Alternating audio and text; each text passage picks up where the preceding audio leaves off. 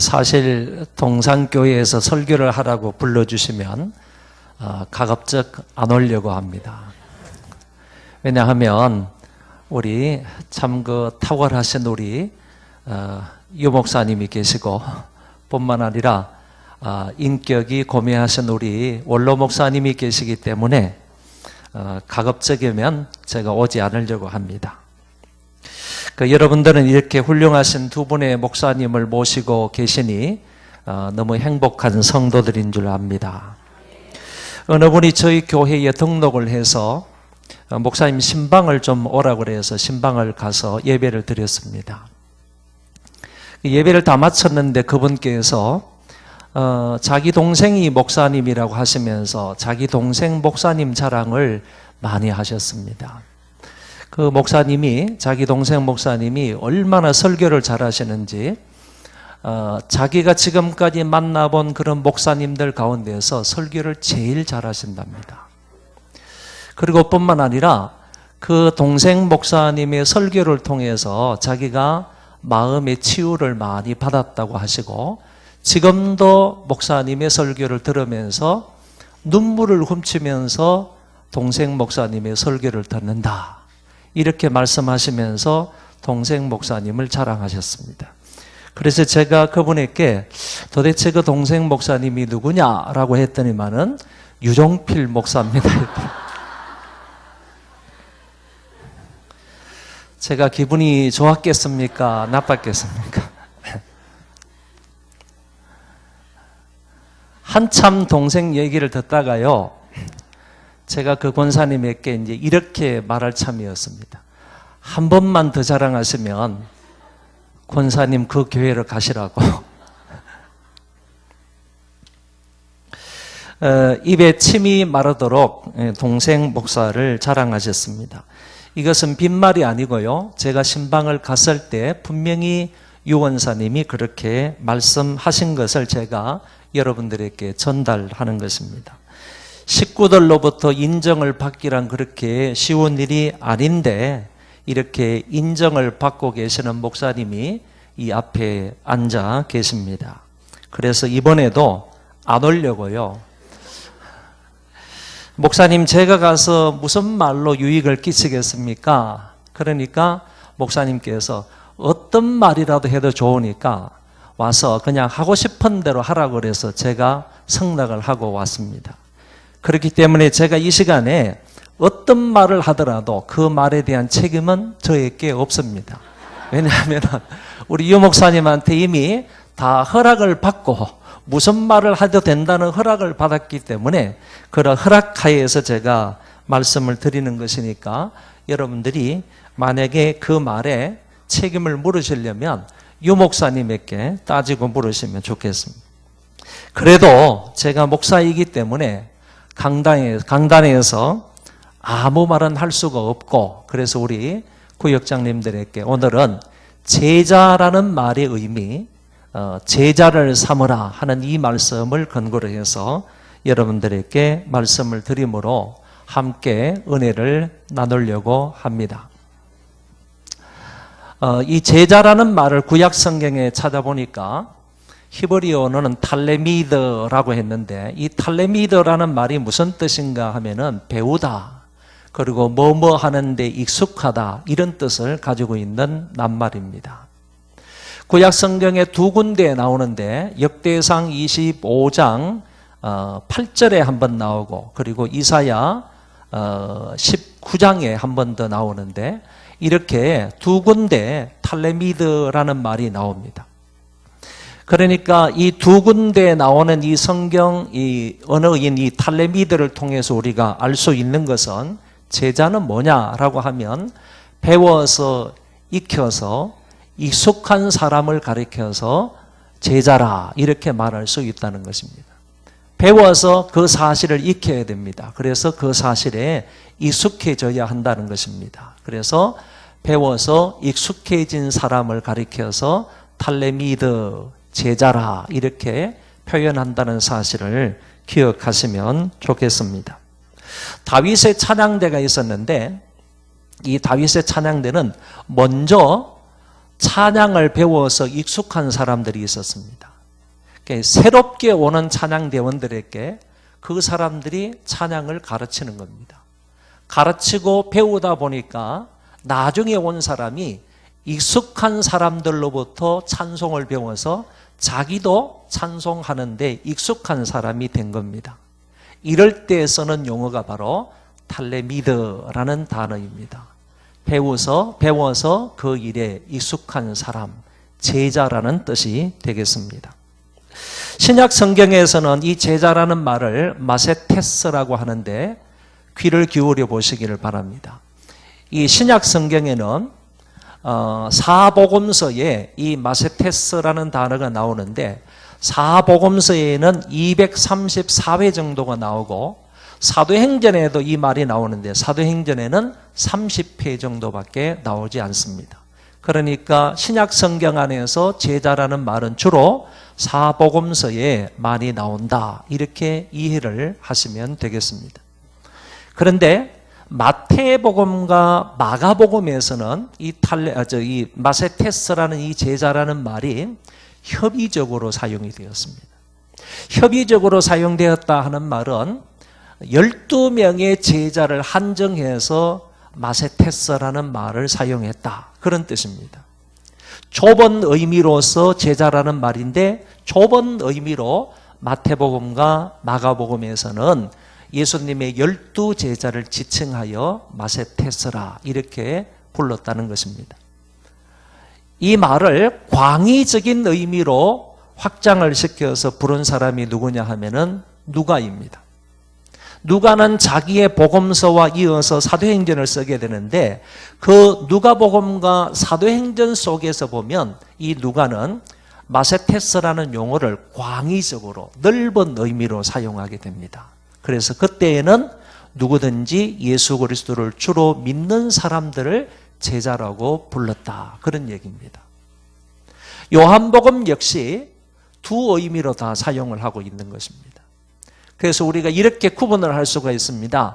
마태와 마가복음에는 12명의 제자를 가리켜서 제자라 이렇게 부른 반면에 누가복음과 요한복음에는 넓은 의미로 12명의 제자도 제자라고 불렀고 아울러서 예수 그리스도를 믿는 사람들을 일컬어서 제자라고 말했다, 이렇게 보시면 되는 거죠.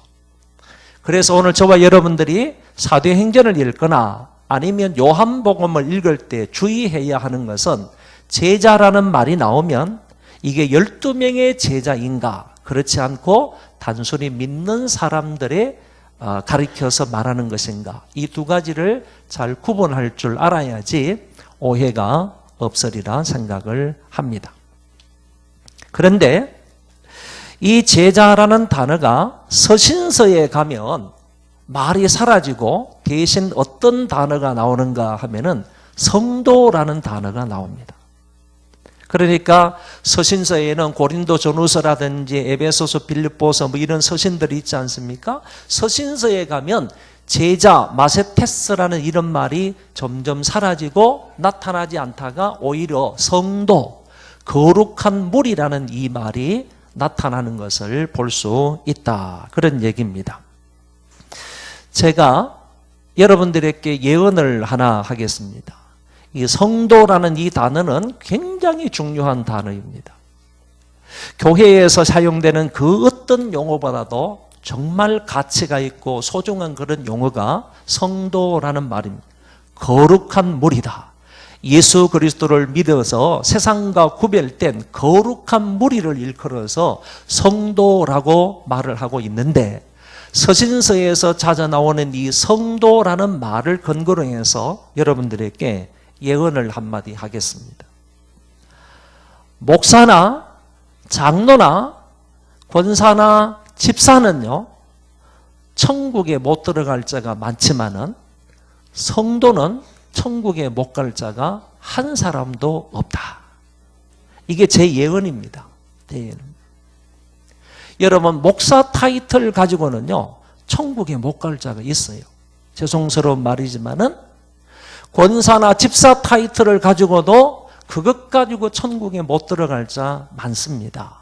하지만 성도라는 이름으로 불리는 자는 천국에 못 들어갈 자가 없다는 겁니다.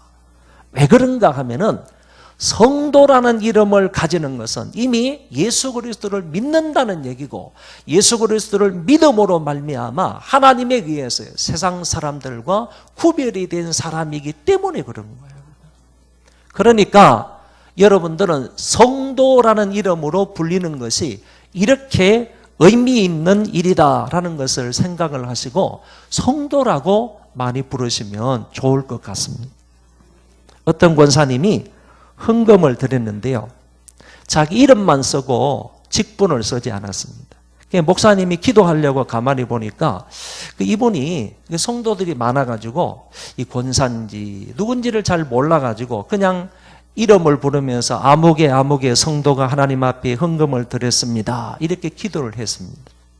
그런데 그 기도를 받고 있는 그 권사님이 화가 난 겁니다. 내가 그래도 권사인데 저 목사님이 내가 권사인 줄을 알지 못하고 뭐 나를 성도로 불러? 이렇게 오해를 하고 기분이 나빴습니다. 기분이 상하기 시작을 했습니다. 그리고 그 이후로부터 시험에 들어서 교회를 뭐 나오니 안 나오니, 내가 이래봬도 권사인데 목사님이 나를 성도로 불렀다고 그러면서 시험에 들었다는 얘기가 있습니다. 권사는 뭐 하는 사람이죠? 시험에 든 사람 찾아가가지고 권면하라고 권사를 세워줬는데 오히려 자기가 그런 일로 인해서 시험을 받고 있으니 이 권사의 자격이라 되겠습니까? 동산교회는 없는 줄 압니다.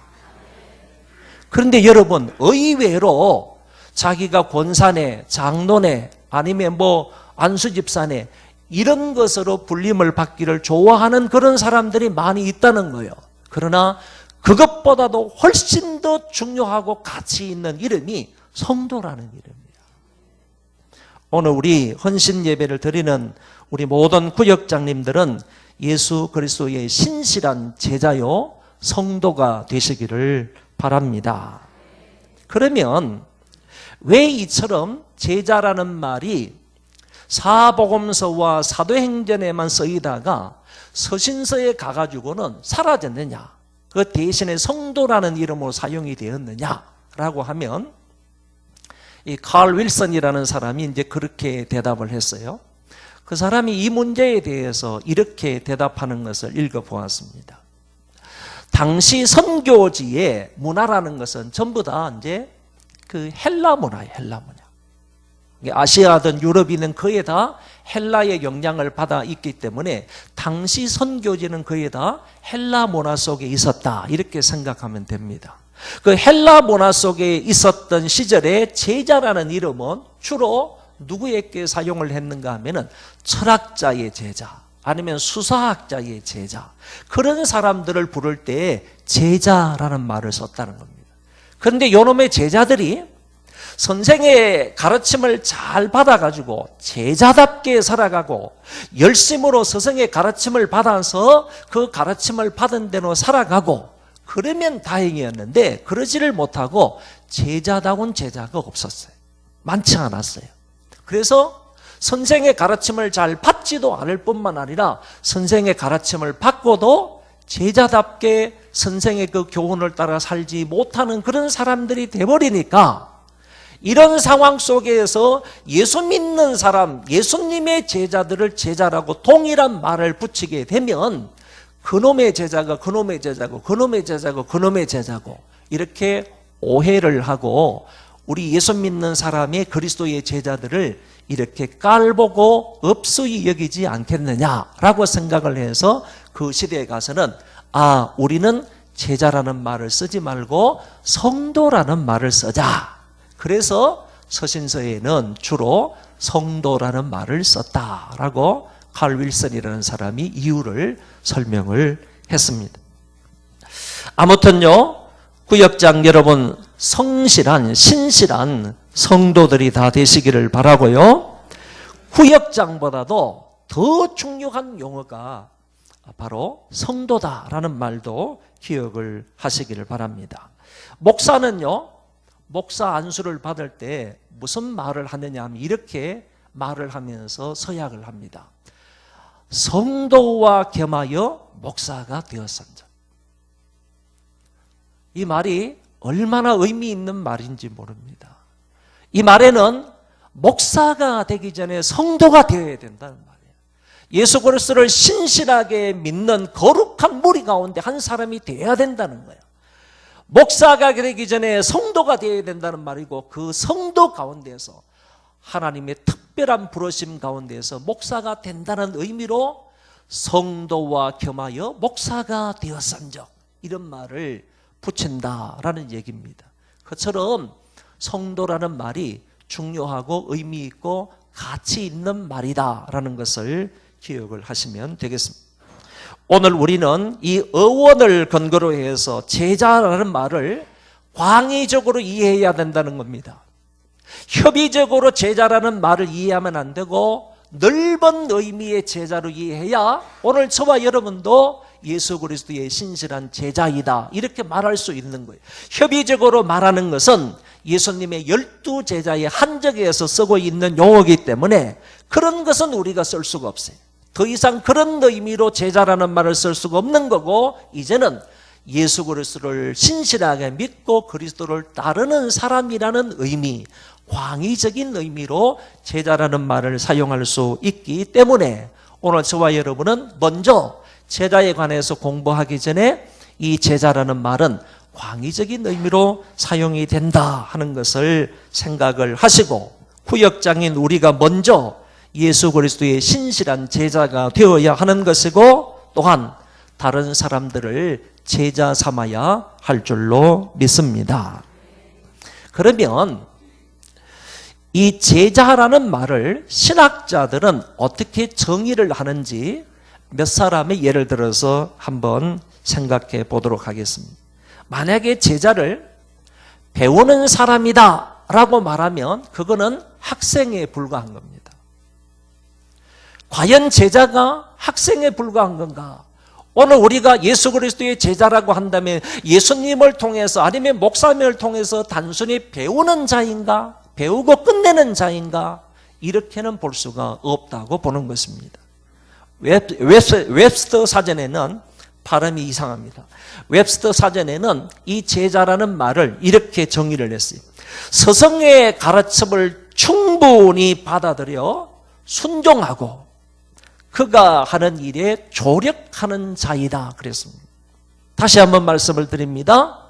그 사전에서는 제자가 뭐냐라는 것을 정의할 때 스승의 가르침을 충분히 받아들이는 사람이고, 그리고 그 가르침에 순종하는 사람이고, 더 나아가서 스승이 하는 일을 조력하는 사람이 제자다, 이렇게 말해주고 있다는 겁니다. 그러니까 이 정의 가운데에서 우리가 기억해야 할 단어가 세 가지입니다. 충분히 받아들인다는 거고요, 그리고 순종한다는 얘기고, 그리고 조력한다는 얘기입니다. 이 사전에 의해서 제자의 정의를 우리가 받는다면 오늘 저와 여러분은요, 그리스도의 제자라고 한다면 그리스도로부터 충분한 가르침을 받아야 되는 거예요. 목사님을 통하여서 충분한 가르침을 받아야 돼요. 진리와 하나님의 말씀에 관해서, 하나님에 관하여서 충분한 가르침을 받아들여야 된다는 거고, 더 나아가서 그 가르침에 순종해야 된다는 겁니다.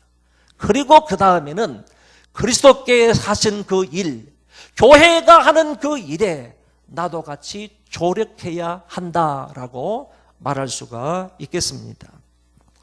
전도학의 권위자인 캐리 쿠네라는 사람이 있는데, 이 캐리 쿠네라는 사람은 제자를 어떻게 정의했느냐 하면은, 예수 닮는 일에 성장하는 그리스도인으로서 전도의 열매를 맺으며 보존하기 위하여서 열심히 양육하는 자이다, 이렇게 말했습니다. 이 사람의 정의 가운데에서는 제자는 전도해야 된다는 거예요. 그리고 전도해서 그 사람을 데리고 나와가지고 그 사람을 열심히 양육하는 사람을 제자라, 이렇게 말했습니다. 그리고 내비게이터 선교회의 간사였던 월트 헬릭센이라는 사람이 있는데, 이 사람은 아주 좋은 책을 한 권 썼습니다. 훈련으로 되는 제자라는 책을 썼습니다. 한번 따라해 볼까요? 훈련으로 되는 제자. 그러니까 제자는 태어나는 게 아니라는 거예요. 제자는 태어나는 것이 아니라 훈련으로 된다는 거예요. 훈련이 없으면요, 절대로 그 사람은 그리스도의 제자가 될 수가 없다는 거예요. 여러분, 제자를 영어로 뭐라 그럽니까? disciple 이렇게 말합니다. 훈련을 뭐라 그러는지 아십니까? 디스플린이라고 말합니다. 디스플린이라는 말하고 디사이플이라는 말의 어근이 같은 거예요. 다시 말하면 훈련 없이 제자가 없다는 거예요. 제자는 반드시 훈련을 받아야 된다.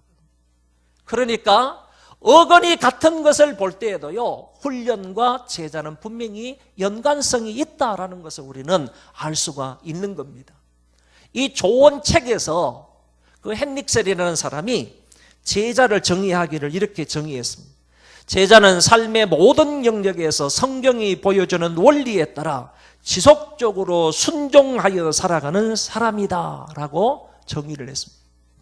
원리에 따라서 하나님의 말씀을 쫓아 지속적으로 순종하는 사람, 그런 사람을 바로 제자라 이렇게 얘기를 했습니다. 이런 사람들의 정의에서 알 수 있는 것은 내가 정말로 예수 그리스도의 제자라면 복음을 전하여서 열매를 맺어야 하는 것이고, 그 사람을 양육하여 그 사람이 또 다른 사람을 전도하는 단계까지 나아가야 하겠다라는 것을 배우게 됩니다. 그래서 전도 열매 없으면 이 사람들은, 특별히 캐리 쿠네 같은 사람은 전도 열매 없으면 제자가 아니다. 전도 열매 없으면 제자가 아니다.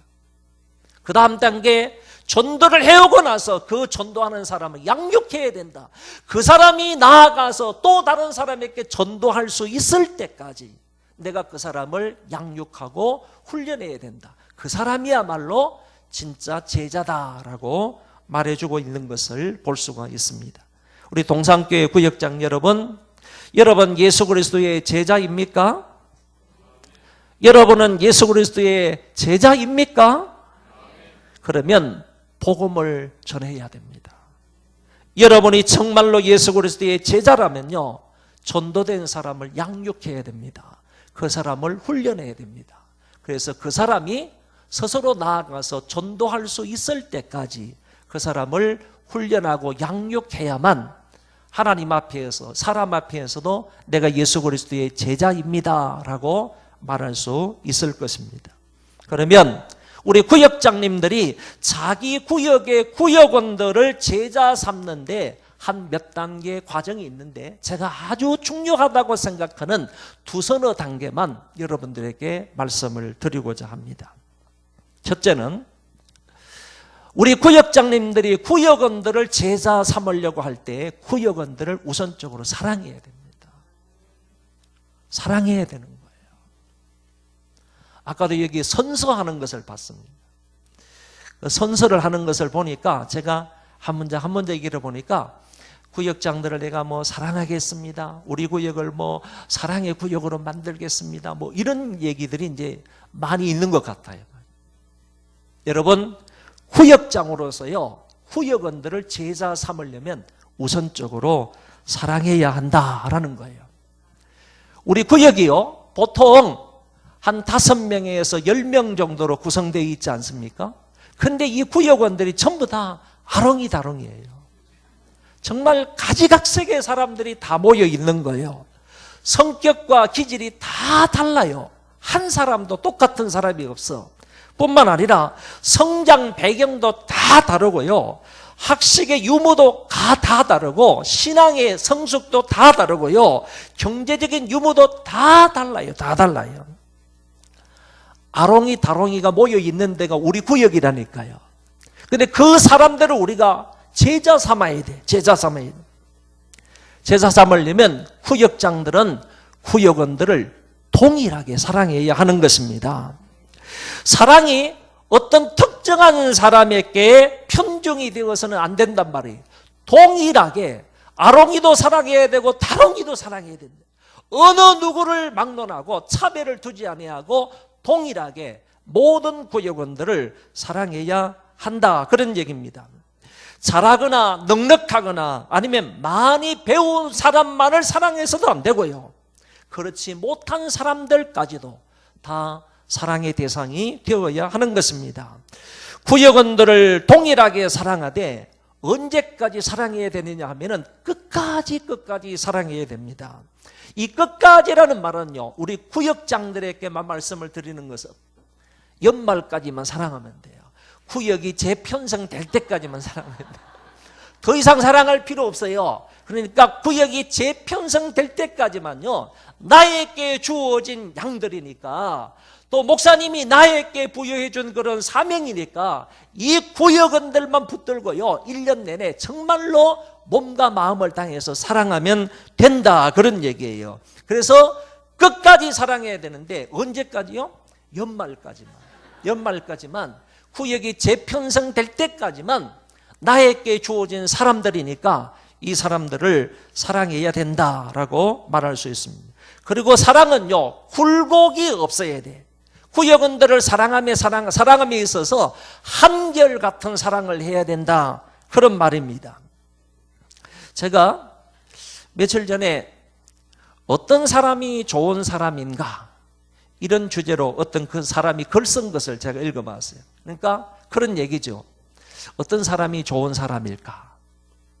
그 사람의 세 가지를 얘기하고 있습니다. 제일 낮은 단계의 좋은 사람은 어떤 사람인가 하면은, 그 사람은 상식이 통하는 사람이다 그랬어요. 요새는 전부 다 무대 보인 사람이 많잖아요. 목소리 높이는 사람이 많잖아요. 돈이나 아니면 뭐 다른 어떤 권력을 힘입어 가지고 막 살아가려고 하는 사람이 많은 그런 무대뽀의 세상이에요. 상식이 통하지 않는 세상이란 말이에요. 그래서 이 사람이 주장하는 것은 상식이 통하는 사람이 좋은 사람이래, 좋은 사람이. 적어도 제일 낮은 단계에, 조금 낮은 단계의 좋은 사람이기는 하지만은 그래도 상식이 통하는 사람이 좋은 사람이다, 이렇게 얘기하고, 그거보다 좀 더 높은 단계의 좋은 사람은 누구냐라고 할 때에는 그 사람의 주장을 보면요, 한결같은 사람이다, 변덕이 없는 사람이다, 이렇게 얘기하고 있어요. 여러분, 변덕이 죽을 듯 한다, 이런 말이 있잖아요. 너무너무 변덕이 심한 사람이 많은 거야.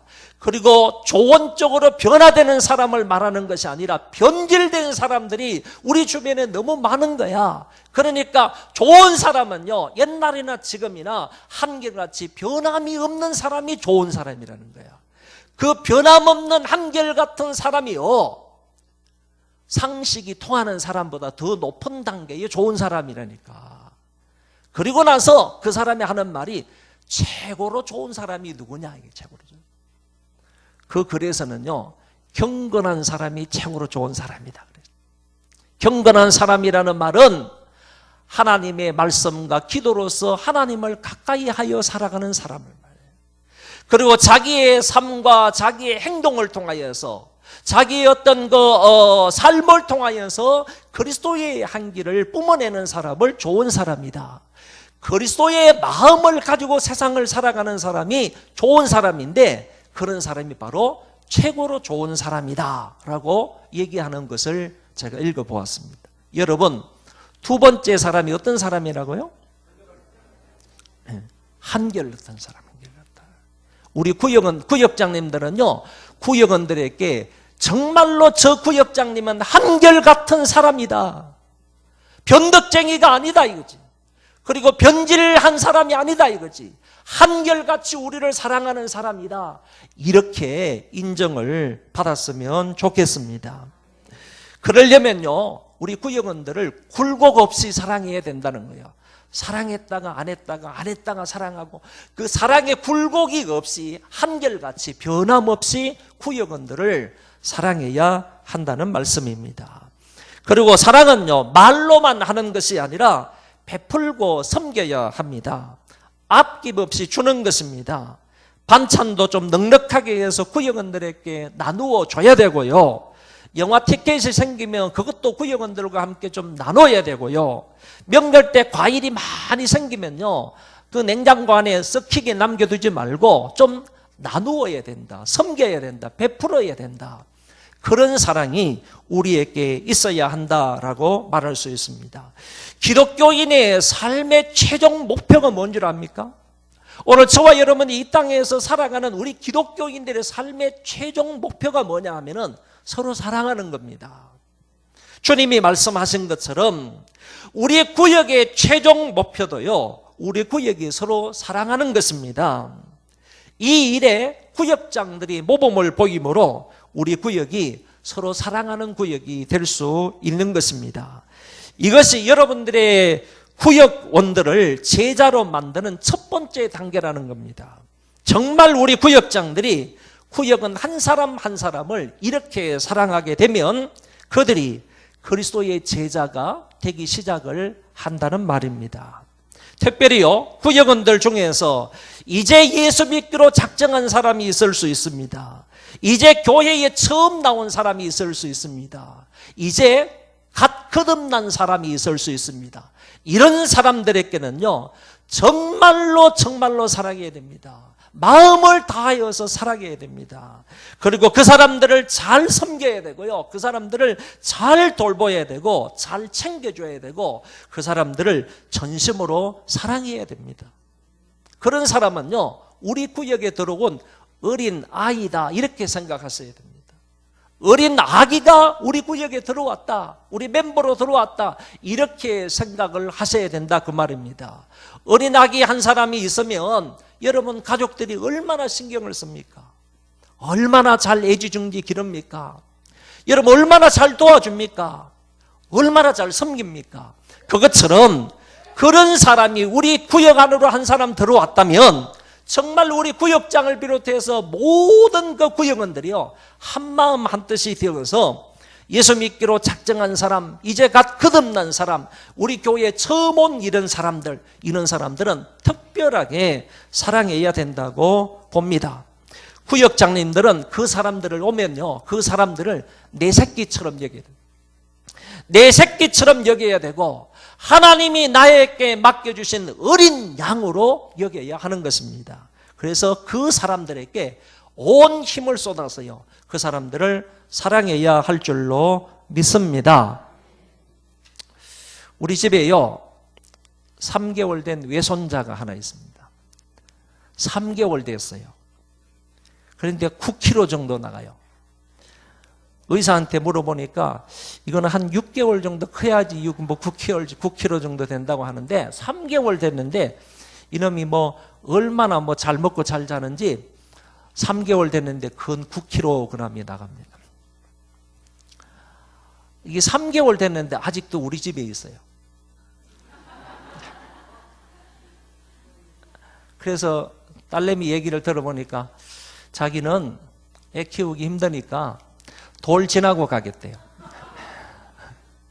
그래서 내가 100일만 지나다 가라 그랬습니다. 100일만 있다 가라 그랬는데 이제 앞으로 한 열흘 정도만 지나면 이제 100일이 됩니다. 근데 여러분 그 아기 하나가 있으니까요, 온 식구들이 달라붙어 가지고요, 아마 조금만 울고 좀 불편하는 이런 행동을 취하면 막 달려가가지고 이 사람 저 사람 달려가가지고 안고 말이죠, 안아주고 그냥 씻겨주고 그냥 먹여주고.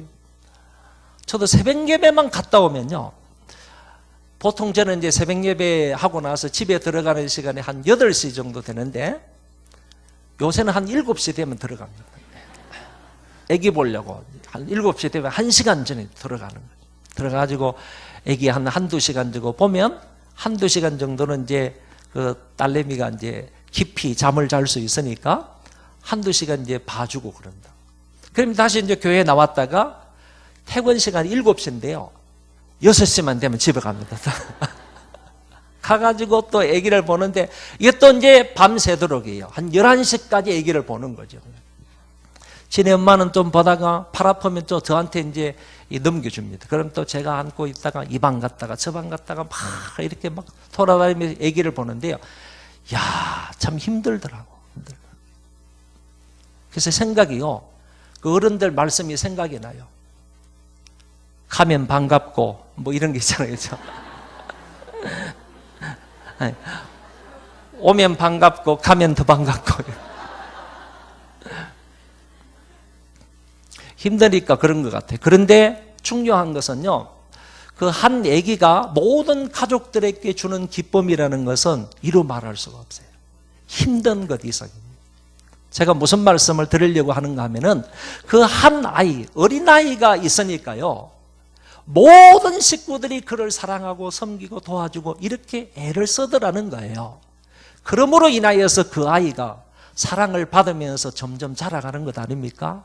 마찬가지로 여러분들 구역 안에요, 감밌기로 한 사람, 이제 처음으로 교회에 나온 사람, 이제 거듭난 사람, 이런 사람들은요, 그처럼 애지중지 관심과 사랑을 보여야 한다 하는 말씀을 드리는 것입니다.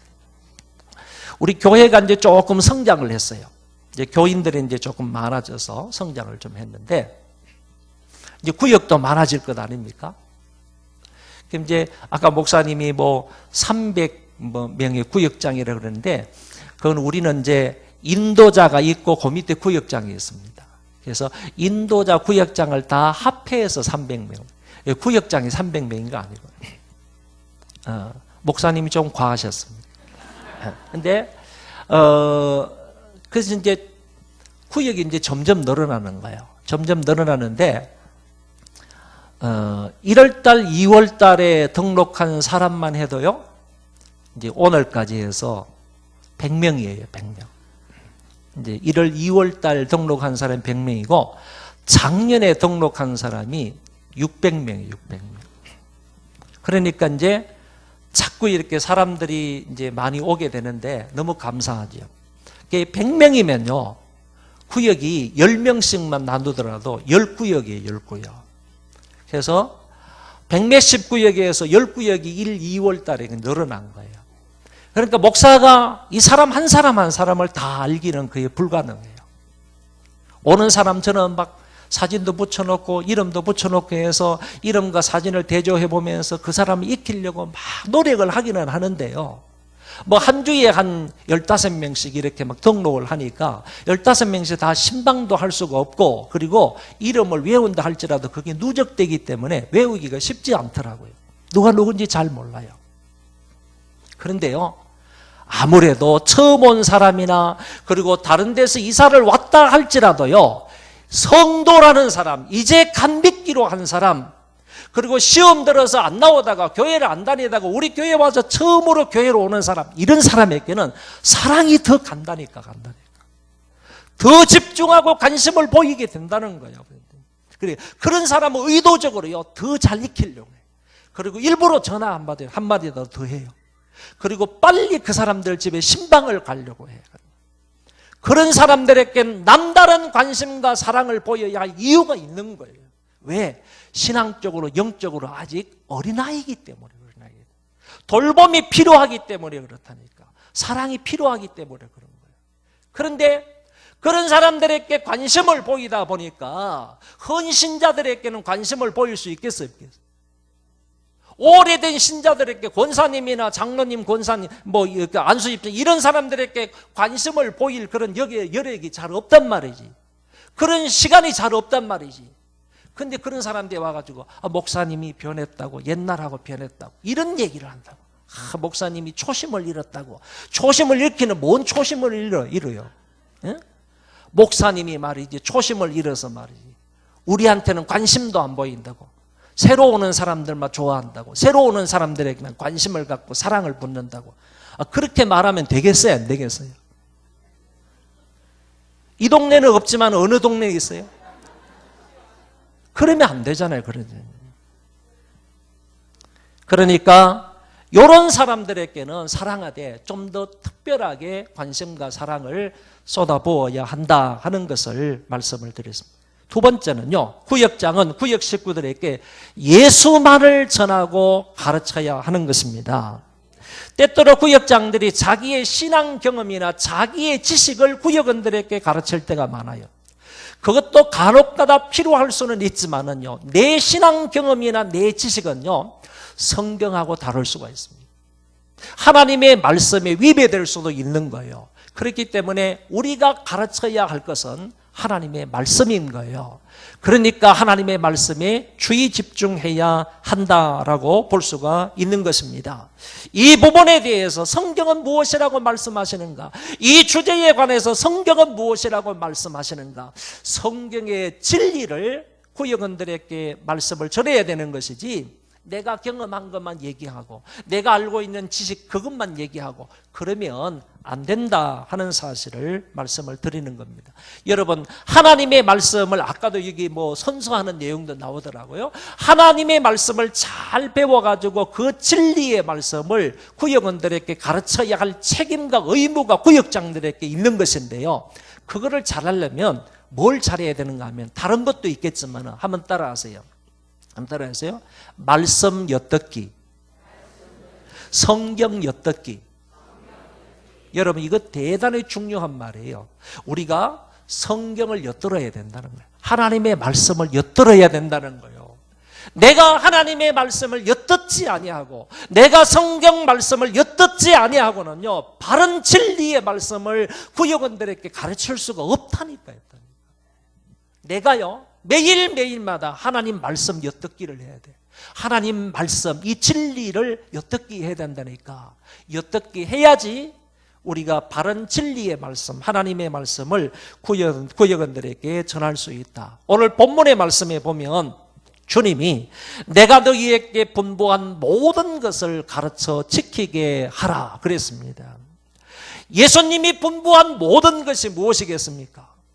주님이 분부한 모든 것은요, 폭넓게 말하면 하나님 말씀 전체라고 볼 수 있습니다. 성경 전체라고 볼 수가 있는데 그것을 사람들에게 가르쳐 지키게 하라 이렇게 말씀했습니다. 단순히요, 가르치기만 하라고 하신 것이 아닙니다.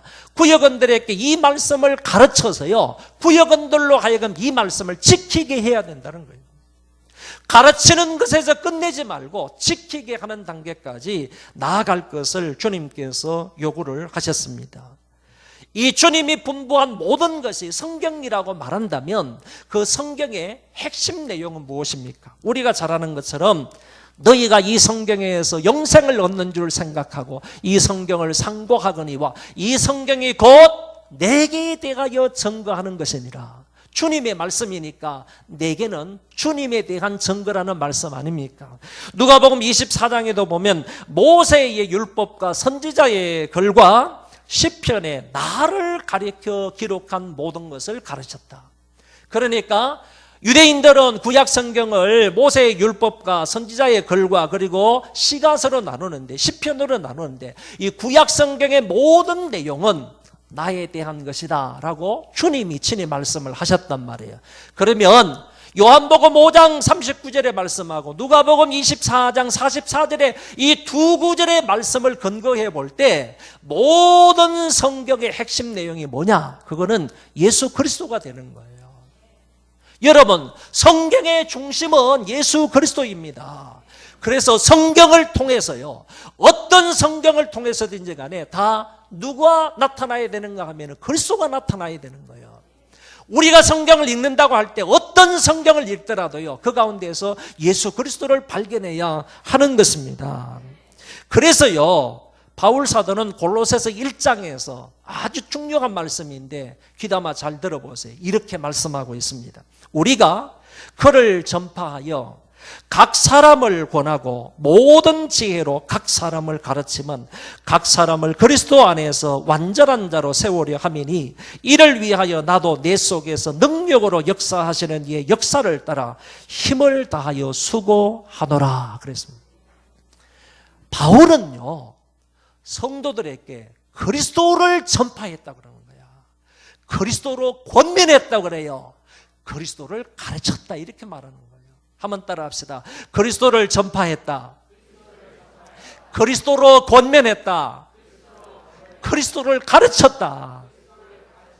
바울은요, 자기 생각이나 자기 경험이나 다른 어떤 헬라적인 지식을 사람들에게 가르치고 선포한 게 아니에요. 누구를 가르쳤느냐, 누구를 선포했느냐, 누구로 권면했느냐 하면은요, 그리스도만을 전파했다는 거예요. 그리스도만을 가르쳤다는 거지. 그리스도로 권면했다고 오늘 여기 성경에서 명확하게 말씀을 하셨습니다. 그러면 바울이 왜 이렇게 했다는 말입니까? 모쪼록 저 한 사람 한 사람이, 각 사람이 그리스도 안에서 온전한 사람으로 성장케 하기 위함이라 그랬습니다. 온전한 사람으로 성장케 되기를 원하는 마음으로 바울은 각 사람에게 그리스도를 전파하고, 각 사람에게 그리스도로 권면하고, 각 사람에게 그리스도를 가르쳤다고 오늘 성경에서 말씀을 하십니다. 구역장 여러분, 구역원들에게요 그리스도를 전파하시기를 바랍니다. 그리스도로 권면하시기를 바랍니다. 그리스도를 가르치시기를 바랍니다. 그리하여 모쪼록 한 사람이라도요 그리스도 안에서 참 제자로 키울 수 있는 구역장들 되시기를 바랍니다. 그러면서 바울은 나도 이 일을 위하여 내 속에서 역사하는 이의 힘을 따라서 힘을 다하여 수고했노라 라고 했습니다. 그리스도를 전파하는 일, 그리스도로 권면하는 일, 그리스도를 가르치는 이 일에 바울처럼 우리 구역장 여러분들도 힘을 다하여 수고할 수 있기를 바랍니다. 여러분, 다른 것은 내가 다 가르친다 할지라도요 구역원들에게 그리스도를 가르치지 못하면 모든 가르침은 헛것입니다. 내가 알고 있는 진리든 내가 알고 있는 지식이든 내가 가지고 있는 모든 것을 우리 구역원들에게 가르쳤다 할지라도요 예수 그리스도를 그들에게 가르치지 않으면요 다 헛수고라니까 그렇습니다. 반대로요 내가 구역원들 한 사람 한 사람에게 예수 그리스도를 가르쳤다고 한다면 모든 것을 다 가르친 겁니다. 우리 동산교회 구역장 여러분들은 정말 우리 구역원들에게 예수 그리스도를 잘 가르칠 수 있기를 축원합니다. 그런데요 구역원들을 가르칠 때 선생된 사람 입장에서 가르치면 안 됩니다. 내가 구역원들을 가르치는 선생이지 선생이라고 생각을 해가지고 구역원들에게 가르치면 실패합니다. 부모의 마음으로 가르쳐야 돼요. 부모의 마음. 아비나 어미의 마음으로 구역원들에게 그리스도를 가르쳐야 제자 삼을 수 있다는 얘기입니다. 내가 만약에 선생 입장에서 구역원들을 가르치게 된다면요 구역원들이 주일날 출석을 안 해도요 별 관심이 없습니다.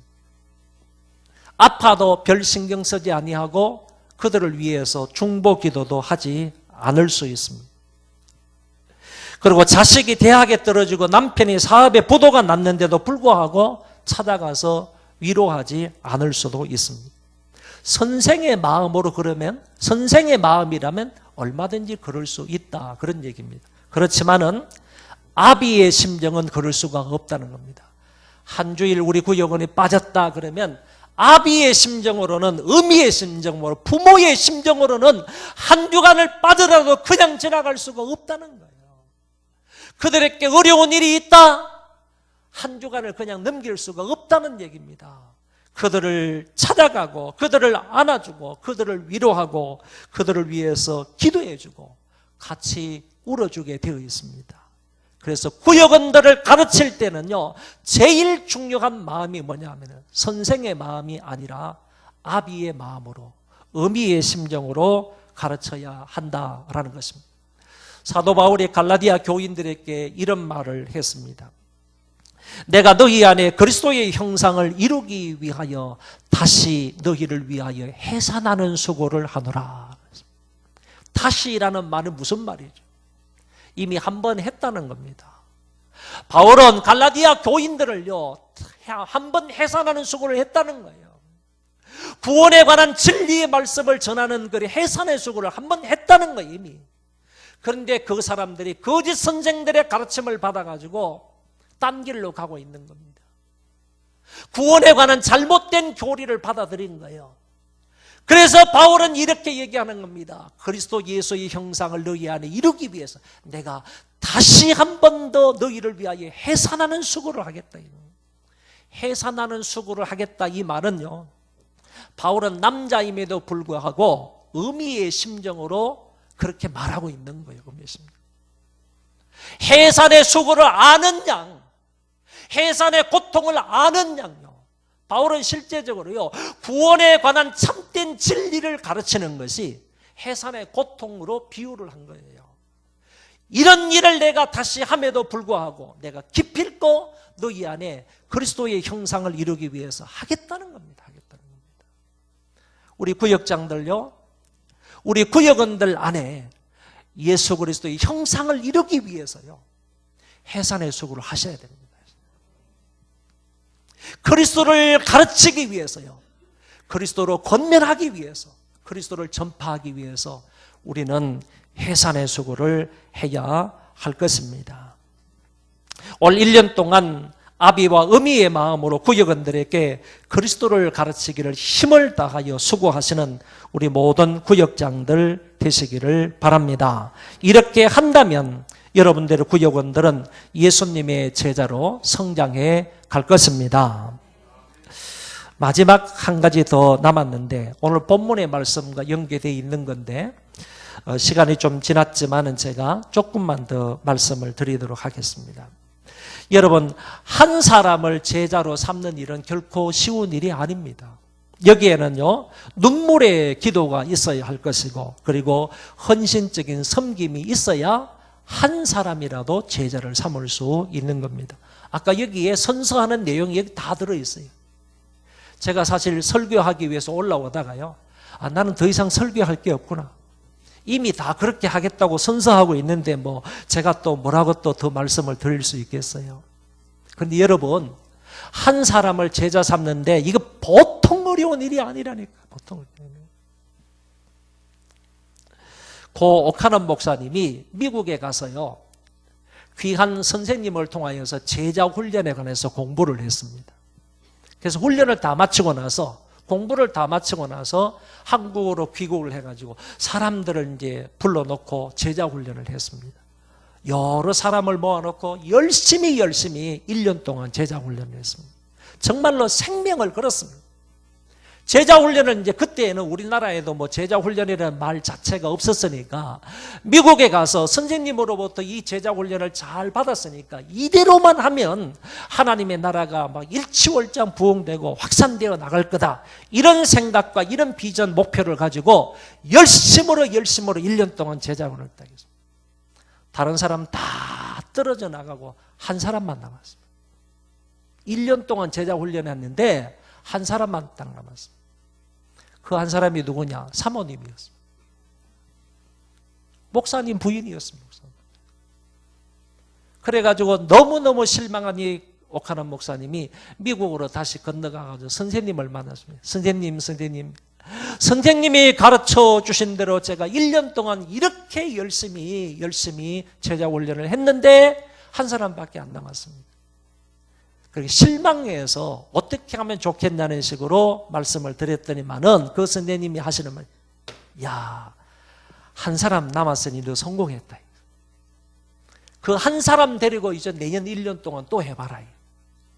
그렇게 해가지고 오카넌 목사님이 제자 훈련으로 교회를 건강하게 만든 거예요. 옥 목사님이 1년 동안 하는데 얼마나 고생했냐고, 얼마나 고생했겠냐고, 얼마나 힘들었겠냐고. 저와 여러분들은요, 모두 다 가서 모든 민족으로 제자를 삼으라 라는 명령을 받은 사람들입니다. 그것도 주님의 명령을 받은 사람입니다. 이것은 해도 되고 안 해도 되는 선택사항이 아니라 주님의 명령이기 때문에 필수사항입니다. 그러므로 모든 구역장들이 반드시 수행해야 할 그런 말씀입니다. 주님이 성천하시기 전 지상에서의 마지막 유언과도 같은 말씀입니다. 그러므로 신자된 우리들은 이 명령을 안 지킬 수가 없습니다. 지키기는 지켜야 하는데 실제적으로는 어렵다는 거죠. 힘들다는 얘기입니다. 그런데 우리 주님이 영원토록 우리와 동행해 주시겠다고 약속을 하셨습니다. 그러니까 제자를 삼으라 라는 그런 명령과 함께 오늘 저와 여러분들에게 내가 세상 끝날까지 너희와 항상 함께 있으리라 라는 말씀으로 약속을 해 주셨다는 겁니다. 우리에게 미션을 주셨을 뿐만 아니라 우리에게 동행의 약속을 해주신 주님이십니다. 예수님이 이 세상에 오셨을 때 임마누엘로 오셨습니다. 예수님이 이 세상에 오셨을 때 임마누엘로 오셨다니까요. 하나님이 우리와 함께 계시는 겁니다. 임마누엘로 오신 주님께서요, 성천하시기 직전에, 이 세상을 떠나가시기 전에 항상 임마누엘이 되어주시겠다고 약속하신 거예요. 한번 따라합시다. 임마누엘. 항상 임마누엘. 임마누엘로 오신 그 주님께서요, 세상을 떠나가시기 전에 제자들에게 약속하시고 오늘 저와 여러분들에게 분명히 약속을 하시기를요, 내가 너희들에게 세상 끝날까지 너희와 항상 함께 있으리라 약속을 해 주셨다는 말씀입니다. 그런데 이런 약속을 하신 그분이 어떤 분이냐? 18절 말씀에 보니까요, 하늘과 땅의 모든 권세를 가지신 분이라 그랬습니다. 여러분, 하늘과 땅의 권세를 가지신 그분께서요, 우리와 영원토록 함께 해주시겠다고 약속을 하셨다는 겁니다. 권세에 있어서요, 능력에 있어서, 지식에 있어서, 거룩하심에 있어서요, 영광스러움에 있어서 천상천하 유아 독존이신 분이 예수 그리스도이십니다. 이런 분이 우리와 함께 해주시겠다고 하셨는데 언제까지 함께 해주시겠다고 하셨느냐라고 하면 세상 끝날까지 함께 하시겠다고 하셨습니다. 여러분 놀라지 마십시오. 세상 끝날이 언제인 줄 아십니까? 내가 죽어도 내가 죽었지만은 죽은 그 이후에도 주님이 나와 함께 하시겠다는 약속이에요. 이게 무슨 말씀인 줄 압니까? 동산교회의 구역장 여러분들, 자기 구역원들에게 제자 삼는 일을 하고 있지 않습니까? 여러분들이 만약에 제자 삼는 일을 다 하고 주님의 부름을 받아서 돌아가신다 할지라도 동산교회의 구역장들은 계속해서 이어지는 거예요. 여러분들이 제자 삼는 일을 할 때에도요, 우리 주님께서, 하늘과 땅의 권세를 가지신 그 주님께서 여러분들과 함께 하시는 것이고요, 여러분이 돌아가셔서 그 다음 구역장에도 우리 주님께서 함께 하시겠다는 약속이라니까요. 이게 바로 세상 끝날까지 너희와 함께 있겠다는 우리 예수님의 약속인 것입니다. 그러니까 오늘 저와 여러분들이 이 세상에서 구역장으로서 이 제자를 훈련을 하다가 여러 가지로 힘든 일이 많이 있을 수 있습니다. 그리고 괴롭고, 그리고 뿌리치고 싶고, 그리고 더 이상 하고 싶지 않을 그런 때도 많이 있을 줄 압니다. 그렇지만은 그 주님께서요, 이런 권세와 능력을 가지고 계신 그 주님께서 우리와 영원토록 함께 해주시겠다고 약속을 하셨기 때문에 이 말씀을 믿고 힘을 얻으시기를 바랍니다. 한순간도 여러분을 떠나거나 여러분을 버리거나 여러분을 외면하지 않으시고요, 항상 제자 훈련자와 함께 하시겠다고 약속을 하셨습니다. 나는 부족하고 연약하여 할 수 없어도요, 천상천하 유아 독존이신 주님이 나와 항상 함께 하여 주신다고 약속을 하셨으니 믿음으로 앞을 향해 나아가시기를 바랍니다. 전도 폭발 훈련을 만든 제임스 케네디 박사가 있습니다. 이분이 이런 말을 했습니다. 아주 오래전의 얘기인데요, 이분이 만약에 우리 가운데 아주 대부흥사 한 사람이 나서서 하루 저녁에 1000명의 사람들을 회심을 시켜서 하나님의 자녀를 만든다 한다면 하루에 몇 명요? 1000명을. 부흥사가 말씀을 전하여서 하루에 1000명을 회개시킨다고 한다면 전 세계를 복음화하는데 몇 년이 걸리겠습니까? 물었습니다. 부흥사 한 사람이 하루에 1000명을 회개시키는 거예요. 그 다음 날 일주일이 되면 7000명을 회개시키는 거 아닙니까? 이렇게 하여서 전 세계를 복음화한다면 몇 년이 걸리겠습니까? 라고 물었습니다.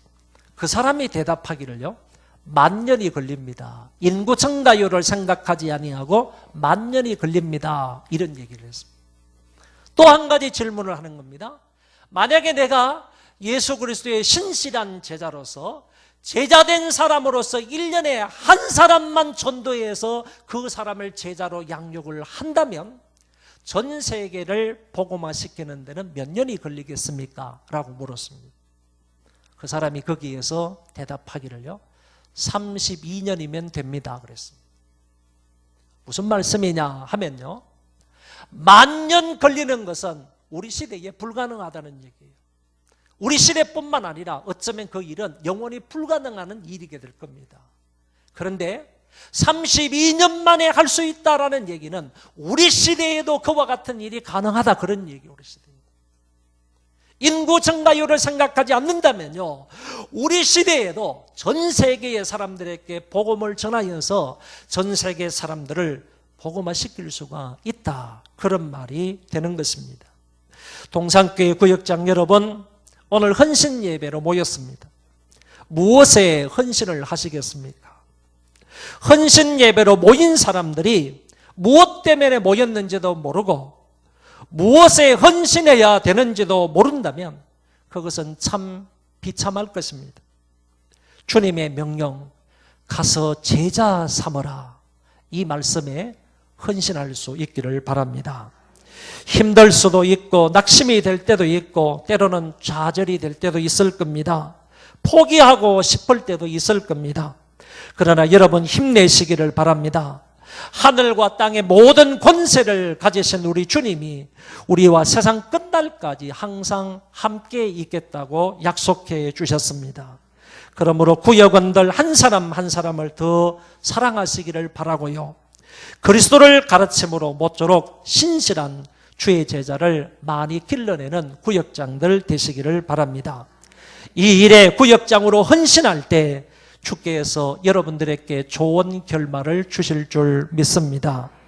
만약 여러분이 여러분의 구역원들을 신실한 제자로 양육을 한다면 주님으로부터 잘했다, 착하고 충성된 종이라는 칭찬을 받게 될 것이고 더 크고 좋은 것으로 맡겨 주실 줄 믿습니다.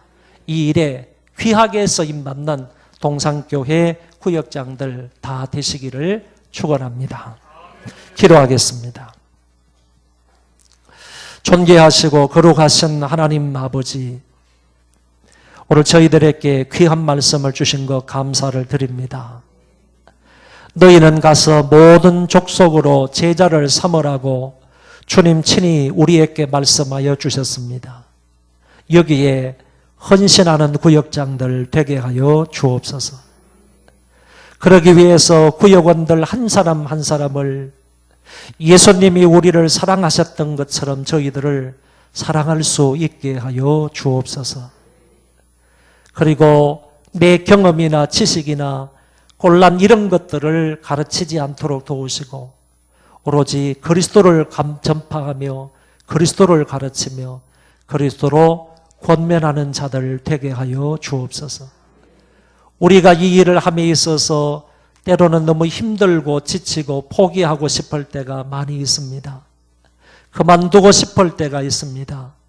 눈물 흘릴 때가 너무나 많이 있습니다. 하나님, 그때에도 하늘과 땅의 모든 권세를 가지신 우리 주님께서 우리와 세상 끝날까지 항상 함께 있겠다고 약속해 주신 이 말씀을 굳게 붙드는 자가 되게 하여 주옵소서. 이 말씀으로 힘을 삼게 하여 주시고 이 말씀으로 다시 한번 용기를 내게 하여 주옵소서. 이 말씀을 확실하게 믿고 나아감으로 인하여서 우리 구역원들을 올 한 해 기필코 예수 그리스도의 신실한 제자로 삼을 수 있도록 은총을 베풀어 주옵소서. 한 사람 한 사람이 나로 말미암아 그리스도의 아름다운 신실한 제자들이 되므로 우리 동산교회는 그리스도를 믿고 그리스도를 따르는 제자들이 많아지도록 도와 주옵소서. 그러므로 인하여 더욱더 건강한 교회로 부흥 발전하게 하여 주옵시고 일치월장 부흥 발전해서 하나님의 나라가 왕성해지는 역사가 있게 하여 주옵소서. 감사하오며 존귀하신 예수님 이름으로 기도하옵나이다. 아멘.